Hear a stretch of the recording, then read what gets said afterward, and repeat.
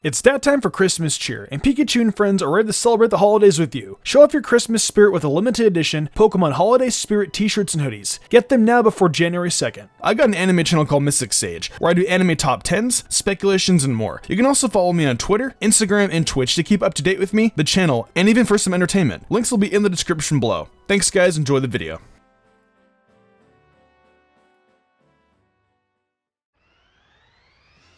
I hope you guys still have a little fight left in you after playing through Sword and Shield, because I'm about to bring you the best team for fighting types. The rules are the same as always. A Pokemon can only appear once on one of these teams. So if you don't see Terrakion, then it's very possible you'll see it on the best team for rock types, so don't lose faith. A big thing to mention for all you to keep in mind as always, is that these typing teams should be viewed more as theme teams to have decent fun with, rather than something you should take into the monotype tier. As I've gotten to mention a few times now, keep in mind that these best teams don't include the 8th generation, and all strategizing is built to be used in Ultra Sun and Ultra Moon. With that out of the way, square up and watch this display of incredible fighting power.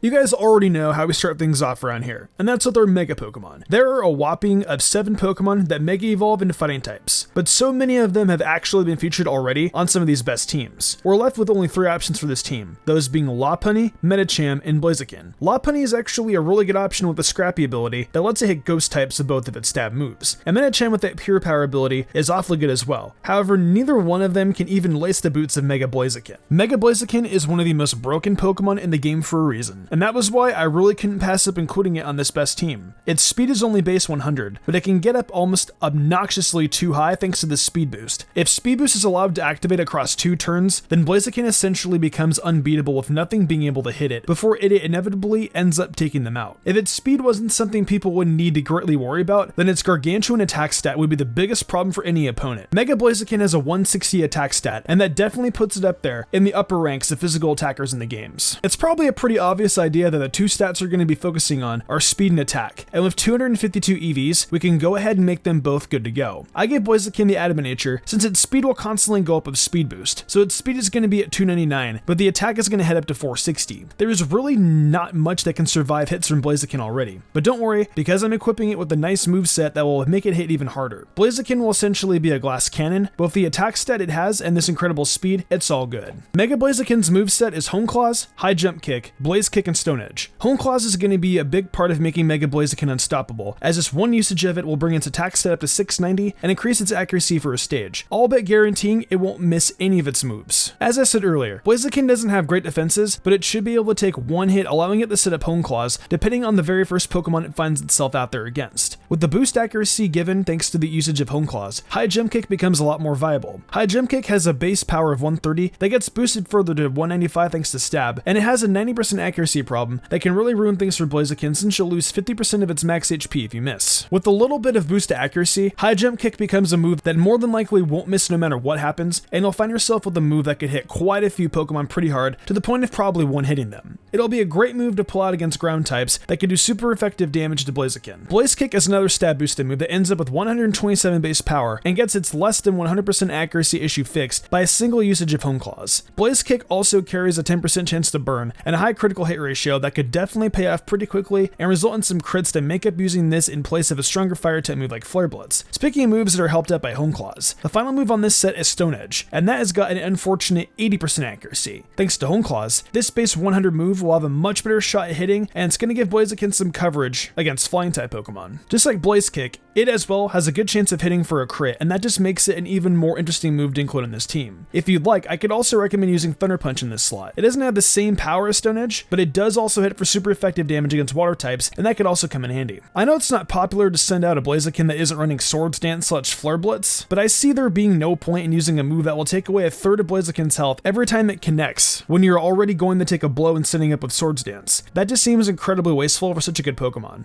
Following Blaziken is yet another cool fighting type from the 3rd generation, Breloom. Breloom is one in a very short line of grass and fighting types, but it's got some fantastic stats that really help give it a place in this team. If you guys remember last week during the ground type best team, I included a Gliscor that took advantage of Poison Heal and used a Toxic Orb to help activate it, and this Breloom will be doing the same exact thing. With the ability Poison Heal in effect, Breloom is going to get back an 1/8 of its health at the end of every turn as long as it's poisoned. The Toxic Orb will of course activate and make Breloom poisoned, and thus you'll constantly be getting a good amount of HP back at the end of every turn. If we want to really take advantage of getting HP back, we're going to need to make Breloom's HP a bit higher. It's got an okay 80 base defense and a not so great 60 special defense, but that's a common theme with a lot of fighting types. They have great attack stats and less than stellar defenses. I'm going to definitely put 252 EVs into HP to make that 324, and the other set of 252 are going into attack, because I'm really wanting to take advantage of base 130. I'm making Breloom adamant as well, so that will give it an attack stat of 394, giving us our second hard-hitting Pokemon. Breloom's moveset is a pretty good one, starting off with Power Up Punch, followed by Seed Bomb and Mach Punch, and then closed up by Stone Edge. Power Up Punch is a stab boosted 60 base power move that will give Breloom a 1-stage boost to its attack every time that it connects. After just using one Power Up Punch, Breloom's attack stat will go up to 591, and thus it's going to hit even harder. Seed Bomb is another move that gets some stab boosting, going up to 120 base power. There isn't much more to Seed Bomb but that, though it will be a good general move to turn to against a Pokemon that doesn't resist grass types. Mach Punch is next, and that's for priority, since Breloom doesn't have any sort of in-game speed. Having priority will be an important aspect of this set, giving you the chance to knock off a Pokemon that is near defeat. Mach Punch is going to have a stab boosted 60 base power, and will be very useful when brought into battle, not just for its priority, but just as a good complementary move to Power Up Punch. Stone Edge rounds things out as a 100 base power high crit ratio move that will cover against fire and flying types. Breloom's typing doesn't do it any favors when it comes to the type effect in this game, as it suffers from weaknesses to several different typings, though it's got a couple of coverage moves here that should help keep it around for a while.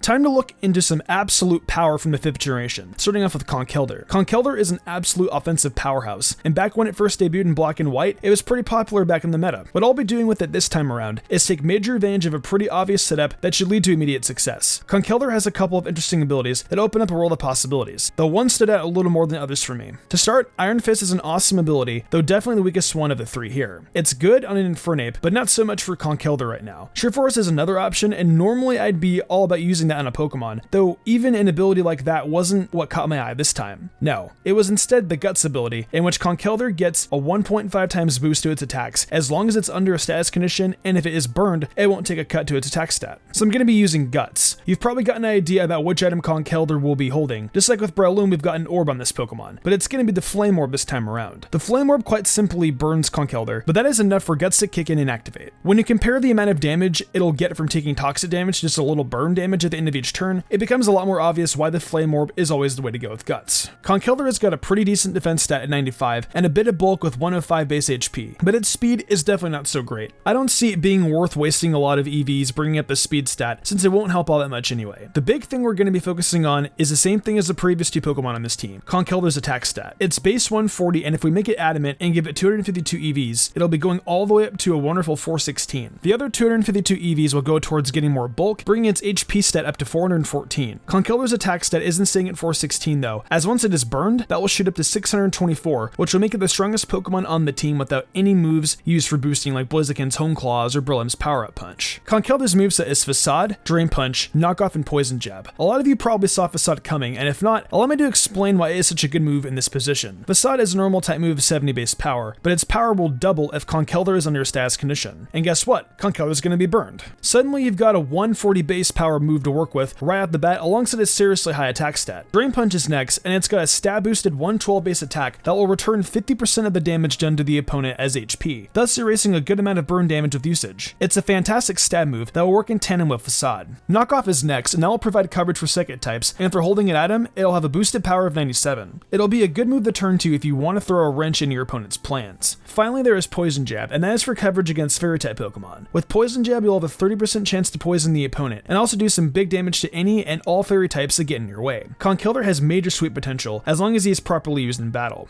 Next on the team is Conkeldurr's Gen 5 brother-in-arms, the always exciting Scrafty. Scrafty benefits greatly from its dual typing in regards to stopping the usage of second type attacks. However, it will be very much not into battling with fairy types. There are a few different abilities for Scrafty, but the one I went with was Moxie, giving it the best chance to hit extremely hard because Moxie increases the attack step by a stage with every knockout caused by Scrafty. The other two abilities are Shed Skin and Intimidate, but neither of them pack quite as literal as a punch as Moxie will. With that decided, the item I ended up giving Scrafty is a Focus Sash, because as that will allow it to set up first turn and not have to worry about being knocked out. If you don't end up having it activate right away, its moveset will give you the chance to get its health back up to full, so it becomes a usable item again. Scrafty has some pretty good defenses altogether, as both its physical and special defenses are base 115, one of the best all-around defenders on this team. However, since we're all about fighting today, I'm going to focus on its attack and speed, which will work with the setup move I've given it, which you'll see momentarily. I went and gave Scrafty 252 EVs in attack and speed, and made it jolly, bringing the stats up to 279 and 236 respectively. I originally thought about making Scrafty adamant, but since the whole team thus far has shared that nature, I decided to do something a little different. Now, as you'll come to find with its moveset, we're done boosting those two stats. We're starting things off here with Dragon Dance, and the rest of the set features Crunch, Drain Punch, and Iron Head. Dragon Dance is the setup move I was alluding to earlier, and with each usage of the move, you'll be able to bring up the attack and speed of Scrafty by one stage. Using it just once, we'll see Scrafty's attack shift to 418 and its speed to 354. If you manage to max out Dragon Dance somehow, you'll end up with a staggering 1116 attack and 944 speed. It's not very likely that you'll get a chance to max these stats, but if you do, understand that you'll be swooping anything and everything. Next on this set is Crunch, which will feature a stab boosted 120 base attack and a 20% chance to lower the defense of the opponent by a stage. If you weren't convinced that you could one-hit most Pokemon after a little bit of setup, then a drop in defense should all but seal anything's fate. Drain Punch is next, and while it's a popular move on this team, it's an extremely useful one. It's going to be at 1 troll base attack from stab, and of course you'll get 50% of that damage done back as HP. And with a high attack stat, it'll probably be a great deal of HP returned. Even if Scrafty is hit hard after it uses a single Dragon Dance, as long as it doesn't need to hold on using the Focus Sash, you'll be able to get its health back up to full with Drain Punch, and thus have the Sash still able to work. Finally, we have Iron Head, which is coverage for fairy types, and offers a 30% chance to flinch, so that is also a generally useful move to turn against any Pokemon.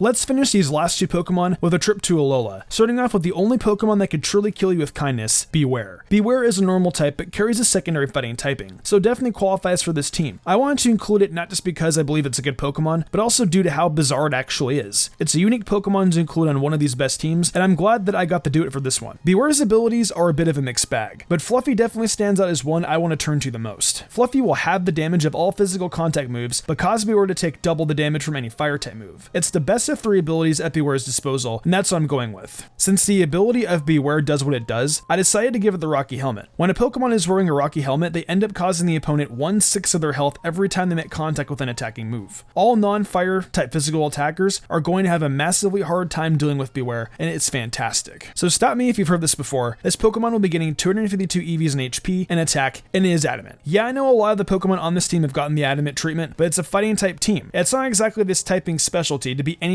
but an adamant hard-hitting machine. Bewear has got 120 in HP and 125 in attack, making it quite obvious that I need to give it bulk and improve its attack even further. Its HP goes up to 444, and its attack goes to 383. So if you're really into the idea of hitting hard and taking hits, then you probably already were enjoying this team, but now you get to enjoy it even more. Drain Punch, Return, Ice Punch, and Zen Headbutt are the moves you've got to beware of when it comes to this Pokemon. And yes, that pun was very much intended. I'm not sorry for it. I've talked about Drain Punch, so I'll just abridge things here and say it's stab boosted to 112 base power, and Bewear gets 50% of the damage done back as HP. As for Return, that's a bit more interesting of a move. When you have max happiness, the base power becomes 102, and with stab it'll be base 153. This move will be a great one to turn to for general purposes, and very few Pokemon will be able to withstand more than a shot or two from Return. It's honestly a great move to turn to on a Pokemon like Bewear, considering how much it likes hugging its trainer. Ice Punch is next, and that is a great coverage move against flying types. Ice Punch has a 10% chance to freeze the opponent and rocks up 75 base power. So while it is a bit more reserved for being able to go toe-to-toe with flying types, it's still got purpose against other Pokemon if you'd like to roll the dice in freezing someone. Zen Headbutt is the final move on this set, and that's more coverage, this time for other fighting types that will try to take advantage of Bewear's fighting typing. Zen Headbutt has base 80 power and a 30% chance to flinch, so things might not go all that well for your local fighting type that has a problem with this life-size teddy bear. There isn't really much coverage for psychic types here, unless you just want to hit them with that powerful return. But Bewear is still an oddly fitting and in general good Pokemon to feature on this best team.